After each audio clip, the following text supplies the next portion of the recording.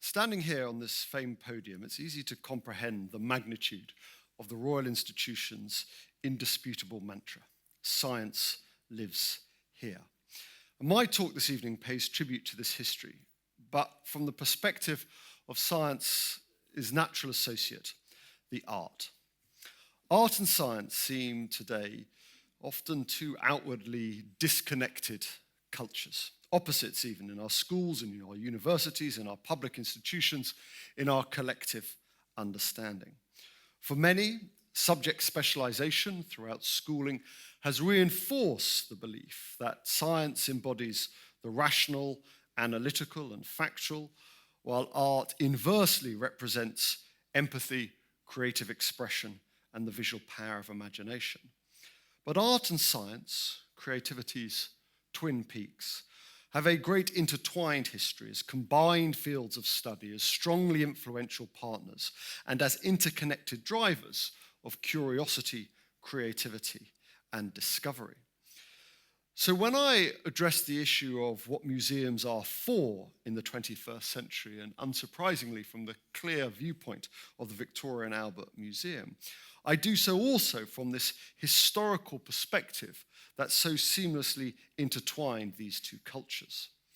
The founding of the Victorian Albert Museum, or the South Kensington Museum as it was, is much a story about science as it is art, united by the 19th century pillars of industry and education. But despite this rich history, the past doesn't necessarily insure us against the future. As a living, breathing space, we explore this history, not just as a means of looking back, but as a way to better inform our future. As T.S. Eliot once famously declared, the past should be altered by the present, as much as the present is directed by the past. And one of the great learnings that I took when I left Parliament and joined the Victorian Albert Museum is that even though the V&A, as we'll see, showcases 5,000 years of human ingenuity, it has no sense of nostalgia, whereas Parliament had this deep, cloying sense of nostalgia about the past, whereas we have this very, very rigorous and vigorous engagement with the past. Although it was unkindly said that when I got my job at the V&A, what could my previous experience working in a large Victorian edifice surrounded by gnarled historical artifacts possibly prepare me for working in Parliament? So, ladies and gentlemen, what do we do at the V&A?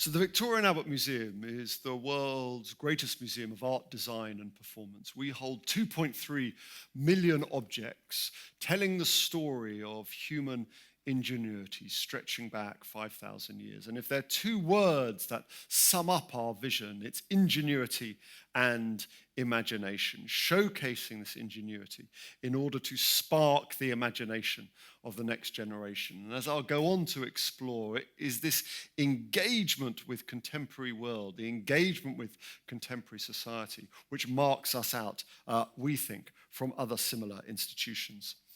By the time the V&A was founded in 1852, the Royal Institution had, of course, been a functioning society for over 50 years. Established to introduce new technologies and teaching science to the public, the Royal Institution has hosted countless celebrated scientists and world-famous discoveries. Our two institutions, the RI and the VA, have been shaped by the influences of great scholars and creative pioneers with a hungry pursuit of knowledge. Our walls have witnessed and spawned an outstanding mix of tradition and contemporary legacy. Again, this mix of modernism and historicism, whilst instruction and education have been key elements of our place in the world since our foundations. In this shared spirit of innovation and education, today's often unlikely associates, science and art, share a platform in both institutions. At one such Royal Institution discourse in 1839, Faraday announced William Fox Talbot's discovery of photography. And the V&A would come to embrace this new medium. The V&A was the first museum to put on a photography exhibition in 1851. And wonderfully, this is the first photo of a photography exhibition. Henry Cole, who we'll meet later, was a great champion of collecting photography. And this is the Articles of China photograph we see by William Henry Fox Talbot, was one of the first acquisitions and then displays. And we are now reopening our photography galleries in the coming weeks. And what Cole liked was this mix, again, of the science and the art, the industry and education, the modernism and the historicism. Another shared link between our institutions is Smithson. The original Royal Institution proprietor, James Mackey, Smithson, bequeathed, as we know, his fortune to America to found at Washington, under the name of the Smithsonian Institution, an establishment for the increase and diffusion of knowledge among men. Today's Smithsonian Institution unites the fields of science and art under its vast umbrella of museums. And what we're building in East London, and you can see some of the latest architectural designs, which is not Darth Vader's helmet, but the new V&A Waterfront Museum designed by O'Donnell Toomey, is our new shared museum with the Smithsonian Institute to be opened in 2023 as part of the Mayor of London's East Bank Cultural Quarter on the Queen Elizabeth Olympic Park, where we will share space with the London College of Fashion, the BBC, Sadler's Wells. But what we're also going to do is co-curate galleries with the Smithsonian, host exhibitions and displays by the Smithsonian. We have our eye on their museum of space to bring in some wonderful things and connect them with the V&A. And in the very core of our museum, here in the beautiful John Majeski Garden, where we see the original Victorian entrance that was once visible from Cromwell Road. As much a work of art as our collections, this temple-like red brick building with its pediment commemorating the museum's origins shows science represented by the steam locomotive and a printing press next to a bust, palette and violin symbolizing the arts. Upon the museum's original doors are depicted the great figures of art and science, Titian, Michelangelo, Newton, and Davy. Within the very structure of the V&A, we're reminded every day of this union between arts and science. So just as the often unnoticed parallels between our two institutions, between art and science, are still present today, the founding story of the V&A draws equally on science as it does on art. Though the two subjects embody distinct field, science consists in knowing, art consists in doing, as the 19th century critic and curator Sidney Colvin believed, they were also inherently linked and shared the same platform of thought. Or as Anthony Burton so articulately wrote, in considering art and science in the 19th century, we are moving on a semantic travelator. Of course, the core of our beginnings, going back to the great exhibition of industry of all nations of 1851, was this mixture of science and art. Albert's vision was that the museum, the South Kensington Museum, should be a great instructional museum for the advancement of science and art. This idea was an extension of the success of the Great Exhibition, in which, by the application of science and art to industrial pursuits, the industry of all nations may be raised in the scale of human employment. And in this marriage of science, art, and industry, which was really sparked by this fear of Britain losing its competitive edge after the end of the First Industrial Revolution, and seeing the growing might of French, German, and American competition, as well as the beauty and wonder of designs from the East. The Great Exhibition was, on this one hand, this display of British commercial, imperial, and colonial might, and on the other hand, a wake-up call to British manufacturing. The Wealth of Nations brought together 32 countries at the Great Exhibition. An incredible 6 million visitors came to view more than 100,000 industrial products on display in Joseph Paxton's Crystal Palace. And it was a huge commercial success. And with the money from the Great Exhibition, the commissioners of 1851, who still sit on a very healthy tidy sum, bought land, £116 million, bought land south of Kensington Palace in what was once called Brompton, but the estate agents renamed South Kensington, to create a cultural quarter, which would become known as Albertopolis. And this was the vision of mixing science and art. And out of this landscape would come, over the ensuing years, the Royal Albert Hall, the Imperial College, the Royal College of Music. And at the heart of it was the South Kensington Museum. We were the kind of retail anchor. We were the John Lewis of what they sought to create in this cultural sphere. And what we were to provide was to be the central storehouse or treasury of science and art for the use of the whole kingdom. So the function of the V&A was to provide not just this moment of inspiration in 1851 at the Great Exhibition, but to provide a continuous source of inspiration, to inspire the imagination of new designers and artists and entrepreneurs and manufacturers. And so, in contrast to the National Gallery, which was in many ways a place of retreat to the sublime wonders of art, a place of retreat from the world, or in contrast to the British Museum, which had this sort of colonial endeavor, in a sense, of collecting the world, the South Kensington Museum began with this very functional, utilitarian, worldly idea of using great examples of design from the past to inspire new generations. So the collection partly began with purchases from the Great Exhibition. So this 2-foot-tall silver wine flagon, commissioned by the retailing firm Lambert and Rawlings, was made to demonstrate the skills of the silversmiths, impressing visitors with its size and superb workmanship. One of those appointed to the purchasing committee was the great Gothic architect and interior designer, Augustus Welby Northmore Pugin. Pugin had organized the Great Exhibition's medieval court, which was one of the most popular areas, and in a manner of some self-indulgence had almost entirely filled it with objects designed by himself. And naturally, now in his purchasing role, he was also very persuasive in convincing the museum that it needed to buy all these items for the collection. And frankly, we're very glad he did.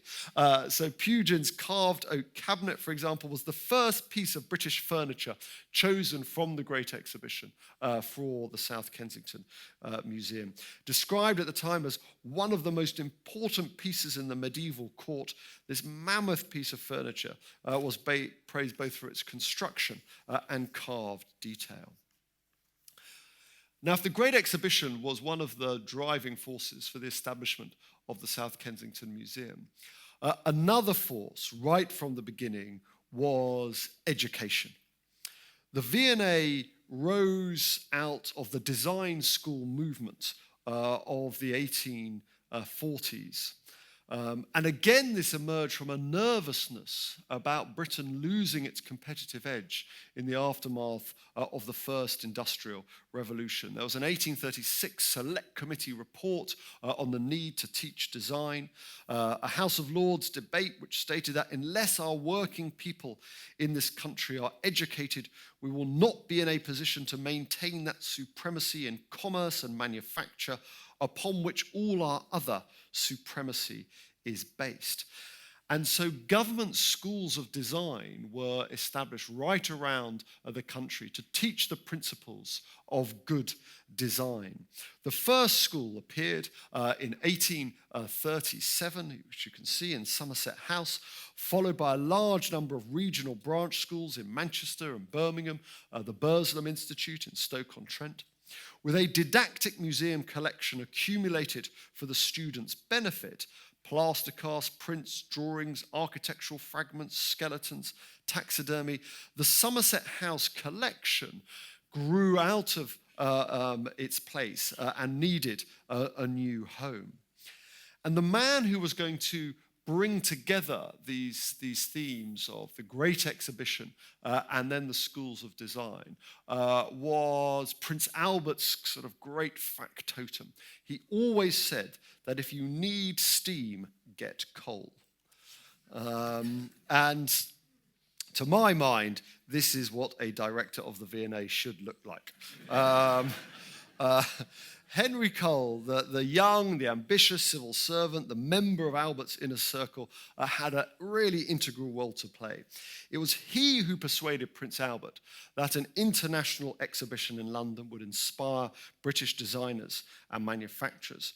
And it was to Cole that Albert turned to take charge of the government's somewhat flailing art education system. Cole, a pragmatic and revered administrator, took charge of the School of Design in 1852, moving it from Somerset House, first of all, to the more spacious Marlborough House.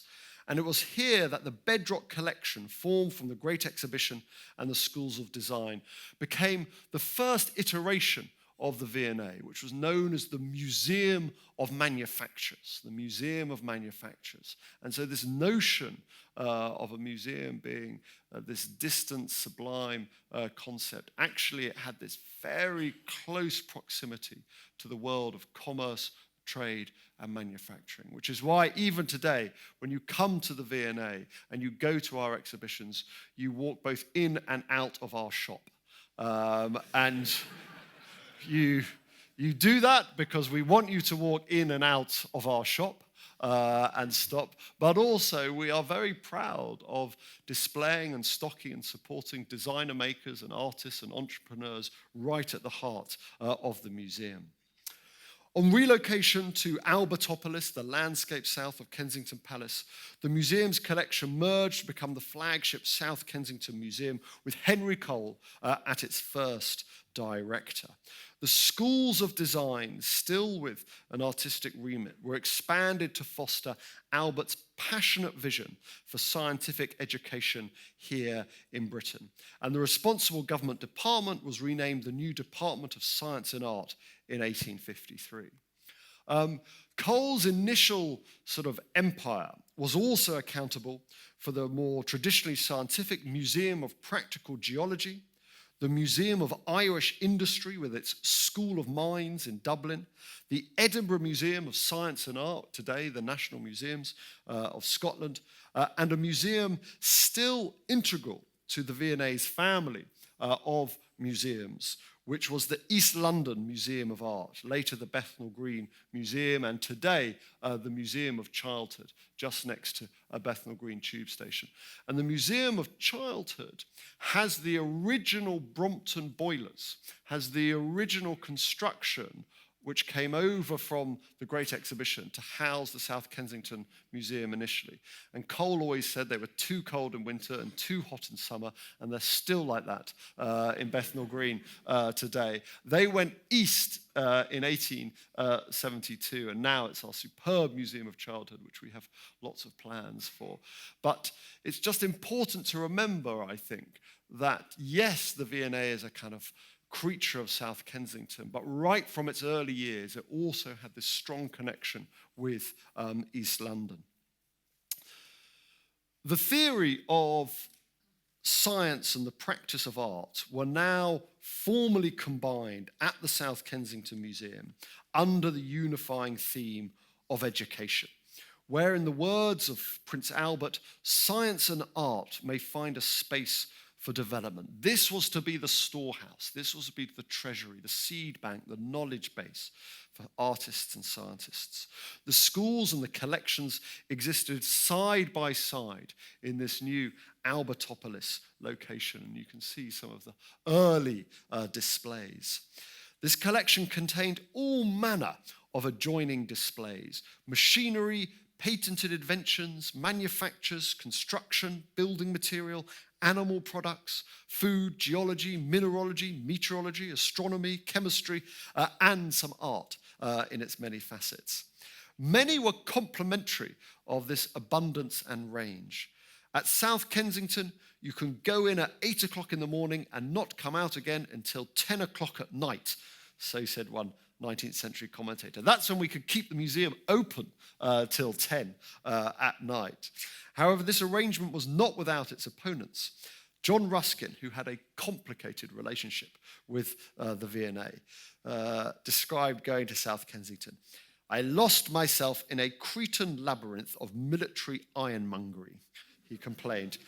"Advertisements of spring blinds, model fish farming, and plaster bathing nymphs with a year's smut on all the noses of them, and had to put myself in charge of a policeman to get out again."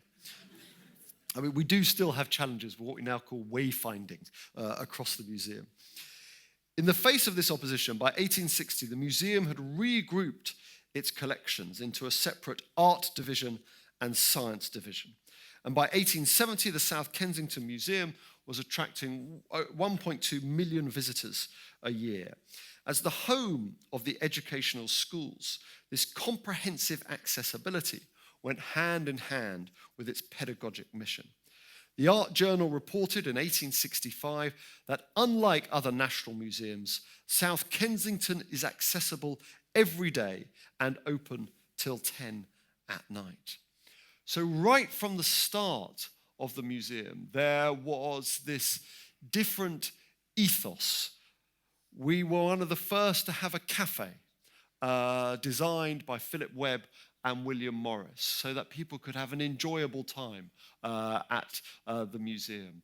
The V&A was one of the first to use gas lighting, which Ruskin thought was ruining the Turners, so that working people, and we have good data on this, that working people could enjoy the galleries after dark. It was initially free entry 4 days a week, and then paid for 3 days a week for scholars and students, until the suffragettes attacked the Rokeby Venus. And as the fear of the suffragettes attacking the great collections grew, the response of the V&A was to introduce free entry, because they thought that the more people in the galleries, the better to try and resist assaults by suffragettes on the collections. So the campaign for female emancipation had many, many unexpected and welcome beneficial consequences. Cole was deeply attentive as director to his visitors' experience in the galleries. Accessibility was enhanced by free lectures, and exhibits were accompanied by labeling and simply worded guidebooks. Between 1857 and 1883, more than 6.5 million of the total 15 million visits were made during the evenings, which gives us a sense of the working class audience coming to the museums.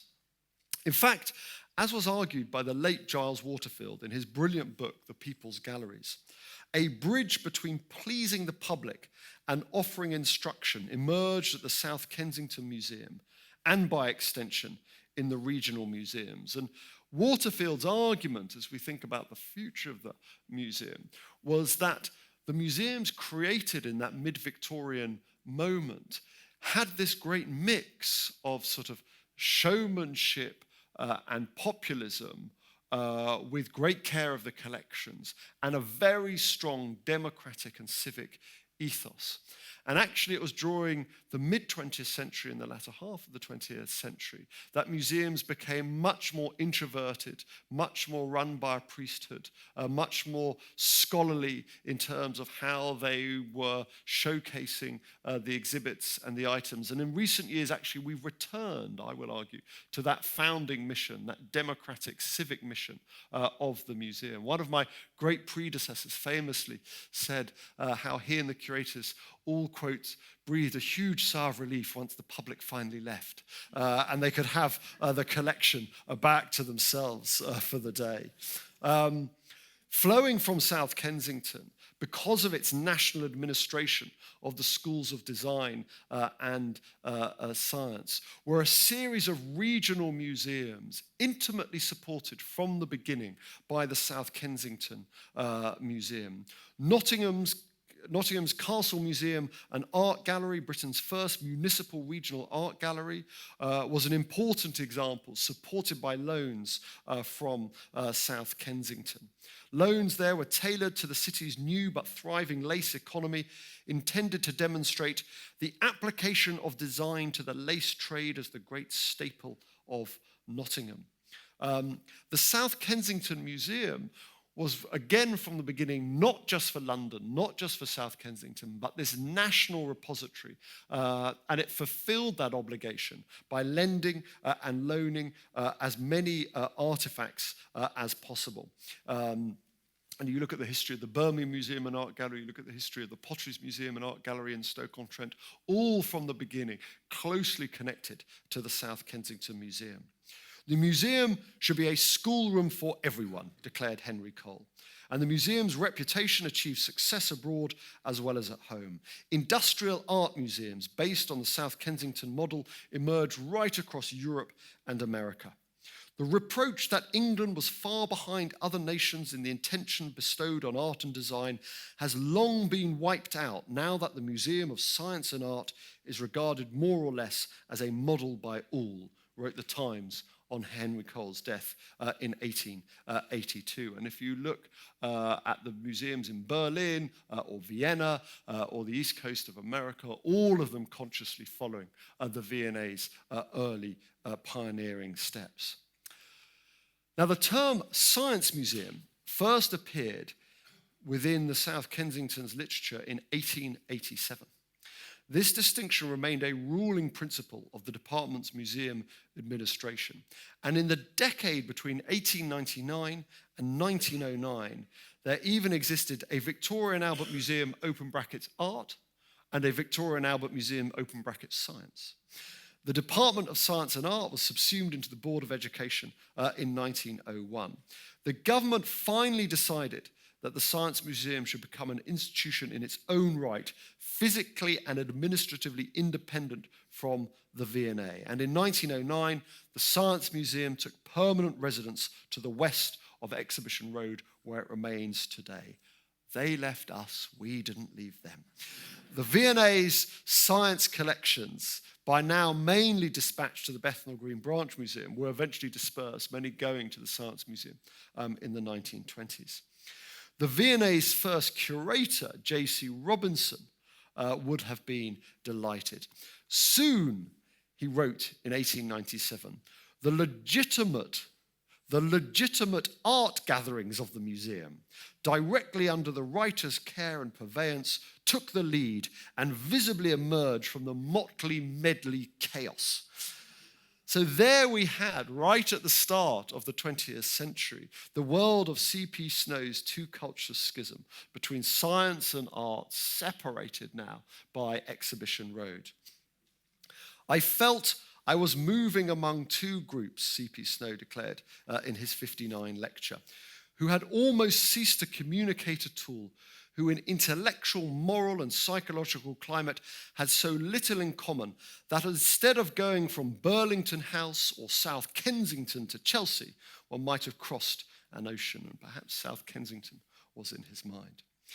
But what is so interesting is that the archives at the V&A tell a different story of collaboration rather than separation.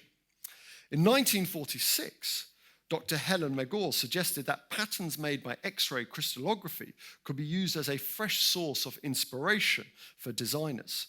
This new science, invented by Sir William Henry Bragg and his son William Lawrence, both also former directors of the RI, had enabled the first drawings of the arrangement of atoms within molecules, securing the Nobel Prize for Physics.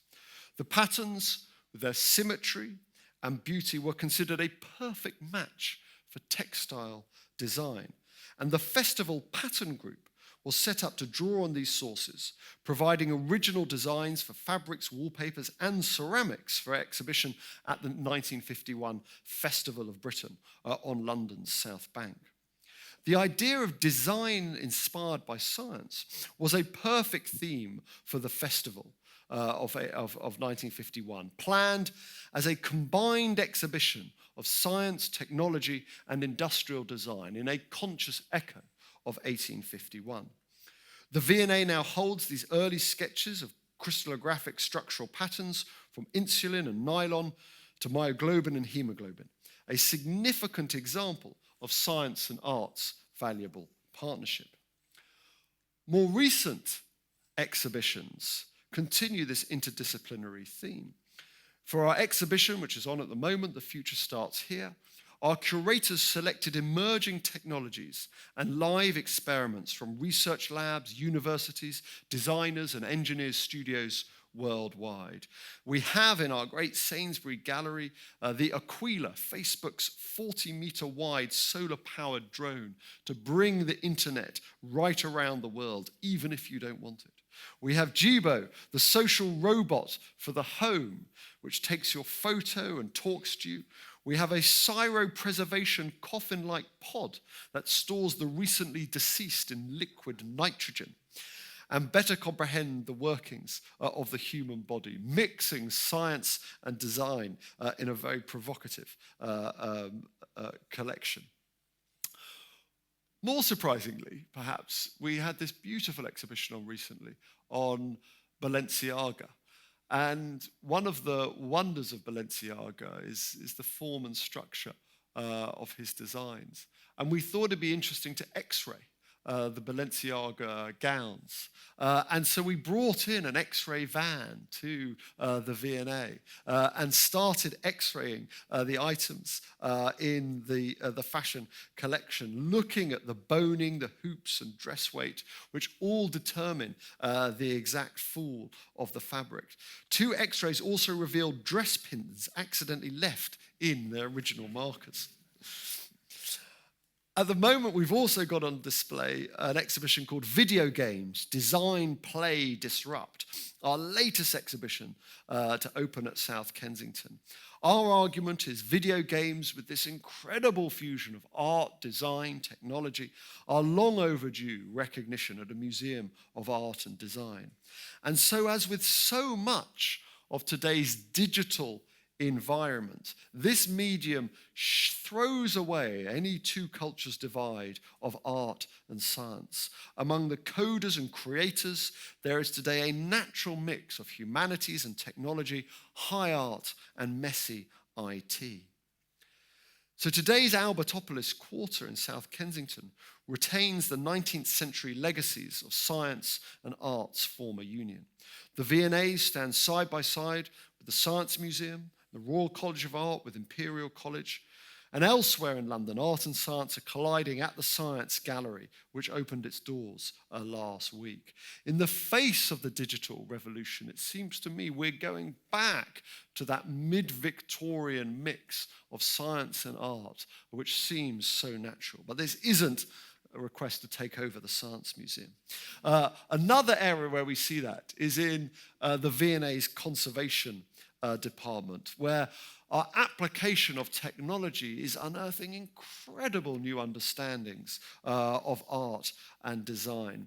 This 17th century Colombian Cabinet is just one example. The pioneering conservation on this cabinet is a first between conservators, scientists, and researchers. Decorated in Iberian American lacquer, it is, as far as we know, the only object made from this material in a UK public collection. Most of the decoration contains mercury chloride, the first time this material has been discovered as a purpose-used pigment on a cultural heritage object. What we also discovered when we started doing some infrared work on it is that hidden behind those beautiful decorations are some terrifying memento mori depictions of skeletons. So behind this wonder is something rather more remarkable. So in this spirit of legacy and renewal, we're harnessing these lessons of the past to reconsider what museums are for in the 21st century. And in these reflections, what I'm very passionate about is returning to that founding mission of Albert and Cole, that mix of the civic and democratic purpose, fusing the cultures of science and art, creating a museum with a popular appeal, an inherently educational mission, and I think what's so important, widespread regional partnerships and connections. Henry Cole was always very keen on having a busy museum. He thought that unvisited museums dwindle into very sleepy and useless institutions. So he would have been delighted at the recent figures we've had at the Victorian Albert Museum. Last year, because of the opening of our new Exhibition Road quarter, the largest porcelain tile courtyard in the world. I can tell you it's quite something to keep them that white. The result of this new opening, which also went back to that Albertopolis idea of blending the museum and the street in a civic space, combined with some really superb exhibitions, Balenciaga, Pink Floyd, plywood. I always said only the V&A could do Pink Floyd and plywood at the same time. Meant that we had 4 million visitors to the site in South Kensington, our largest ever. We became the 12th most visited museum in the world over that period. What we seek to do today at the museum is use the tools of the past for contemporary relevance. We can no longer be, as we once were, simply a repository of the past. The museum has this much more civic, educational, societal focus alongside the collection's care. So we have a contemporary program of exhibitions. This year's Frida Kahlo and video games. Next year, exhibitions on cars and Mary Quant. Free and accessible cultural activity. Evening openings with our pioneering Friday Lates. Digital expansion, 41% of our entire collection online, able to search for free, and contemporary interventions such as the week-long design celebration, London Design Festival, which has just ended. It always seems to me that we have to work hard week in, week out to retain the relevance and meaning and accessibility of a museum. But there's a pressing and concurrent need to refocus on the national picture beyond the walls of South Kensington. And we do so really most spectacularly with a new museum which opened 2 weeks ago in Dundee. So this museum, which you can see, I love drones, on the banks of the Tay, was designed by Kengo Kuma, the Japanese architect. And it's wonderful it's a Japanese architect because Scottish design, Scottish modernism, goes over to Japan in the first half of the 20th century, and so much Japanese architecture and design is then influenced by that Scottish tradition. So having a Japanese architect come back to Dundee to design this building, and the outside of it is modelled on the geology of the Scottish coastline, with this kind of scraggy geological strata. And the interior is this, it almost feels like one of the great Dundee whalers. You feel like you're in the bottom of a hull. And this is the first museum of Scottish design dedicated entirely to Scottish design. Opened 2 weeks ago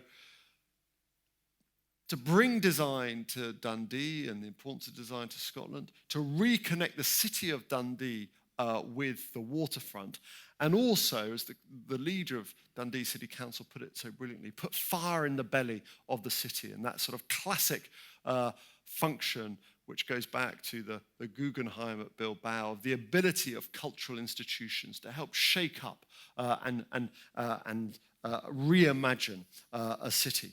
So we've opened V&A Dundee to great acclaim, but what we've also sought to do around the country, I'm missing a slide here, but what we've also sought to do around the country is lend many more of our objects. So we're now the largest lender of objects to other institutions in the country. So going back to that idea of our connection with Birmingham and Stoke and Nottingham, making sure that the collection from South Kensington goes around the world, goes around the country. But we also go around the world. These galleries that you can see here are 2 new galleries that have been built in the Chinese megacity of Shenzhen, which is just next to Hong Kong, a town of 30,000 people 25 years ago, a city of 13 million today, but also a strongly designed city within the Pearl River Delta. Shenzhen is the design city, as others are the manufacturers, and Hong Kong is the finance. And as China moves from made in China to designed in China, just as Britain began to think about that move in the 1840s and 50s when the V&A was established, we think there's a natural fit with our approach to thinking about design as China begins to think about changing its own approach to design. So we have a 5-year relationship here in China, some galleries, they'll take some exhibitions, and to introduce British design, culture, and exhibition management to the city. Why I think it's also important is that, how can I put this politely? As my former colleagues in Westminster really balls it up, the British state, the soft power of Britain, be that institutions like the Royal Institution or the BBC or cultural institutions or scientific institutions, have a really important role to promote the ideas, the values, the brilliance of this country through cultural institutions, cultural diplomacy, and soft power. Our David Bowie exhibition, David Bowie Is, which began in South Kensington, has gone around the world and been seen by 2 million people. And I think in an era when a lot of people regard Britain as a kind of living Downton Abbey, to have a different story of British culture and design through an exhibition like David Bowie is really, really important. And our galleries in China are hopefully part of that. So I think as we think about the future, we also think about the British footprint abroad. We have phenomenal collections in this country. We have phenomenal skills at making exhibitions. We have phenomenal skills at telling stories. And there is a deep desire for that content right around the world. But as we've also discussed, we've been focusing on learning and teaching since our time as the government schools of design. And again, as we think about museums for the 21st century, it seems more and more important that we focus on education and creativity. This is important because we know with the rise of the robot that the importance of empathy and judgment and creativity are areas where automation is going to struggle against the human mind. It seems enormously important that we have as much serendipity and design and art in young people's education if we're going to succeed in the face of the fourth industrial revolution. But what we also know is that we have an education system which is stripping out art and design and creativity at a rate of naught. And here you can see the collapse in the total number of entries for arts GCSE since 2010.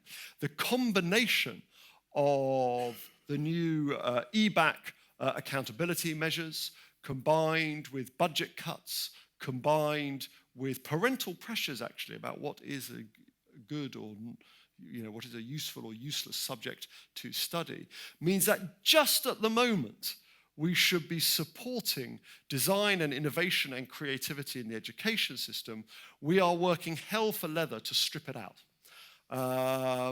It's almost as if this is kind of sort of someone seeking to sort of undermine British competitiveness could not have come up with a more successful model of undermining our creative capacity. The Times described this as a kind of Orwellian doublethink, how the UK how we glory in the global stature of the UK's creative industries while systematically eradicating creativity from state schools. So what the V&A has done in the last couple of years is, yes, complain about this and make a fuss, but also seek to do something about it. So we've instituted a program called Design Lab Nation, which is about sharing our collections with regional museums, but then supporting the professional development of design and technology teachers around the country. And we've begun in Coventry and Blackburn. We're then going to be in Sheffield and Sunderland and Stoke-on-Trent. I don't know how we choose these places.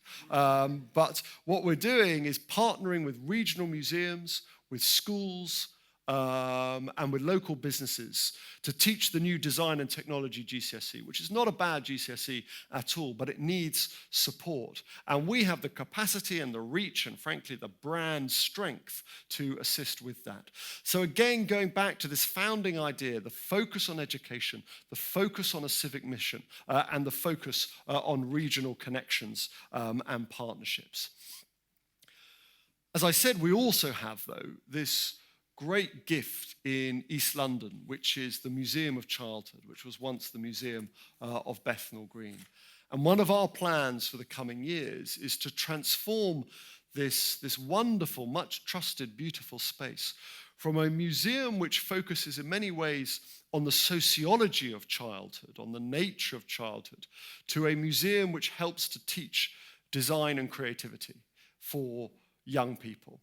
And the phrase we look to is about teaching creative confidence. How do we instill creative confidence, particularly in communities in Tower Hamlets and Mile End and Poplar and Newham, whose schools are under pressure to be able to teach art and design, and whose families might not always have the reach and the capacity to do so.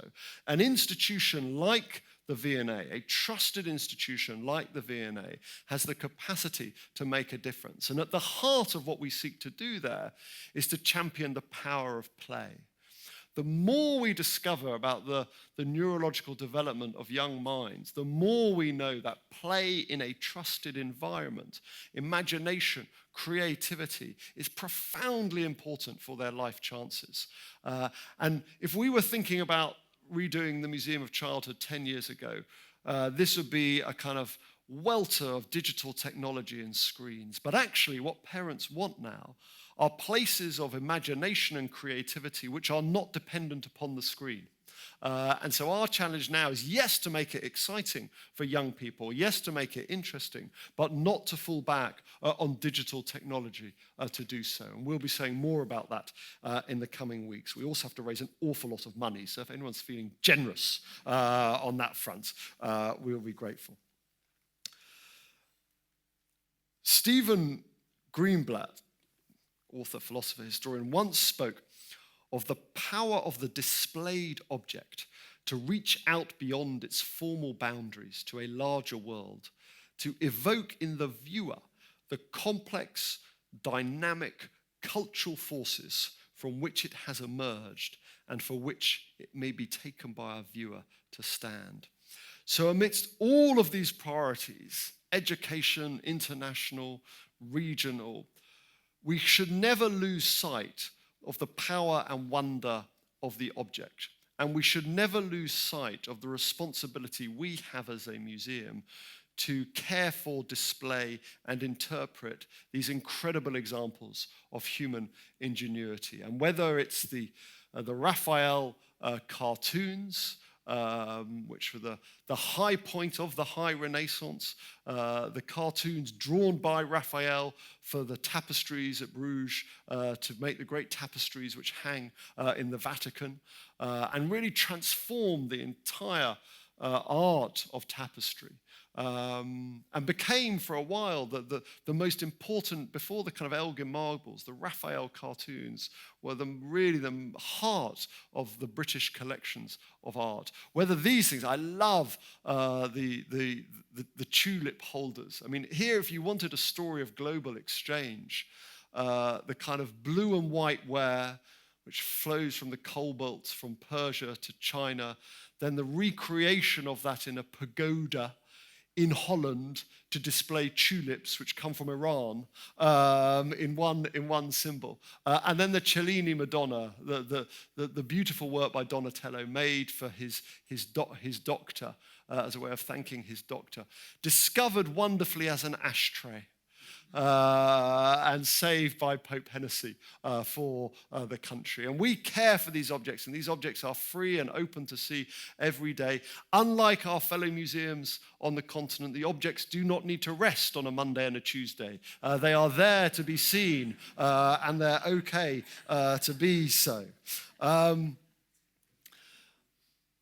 I think museums are more important than ever today, partly because of the need for curatorial integrity and scholarship and voice in an era of fake news and misinformation.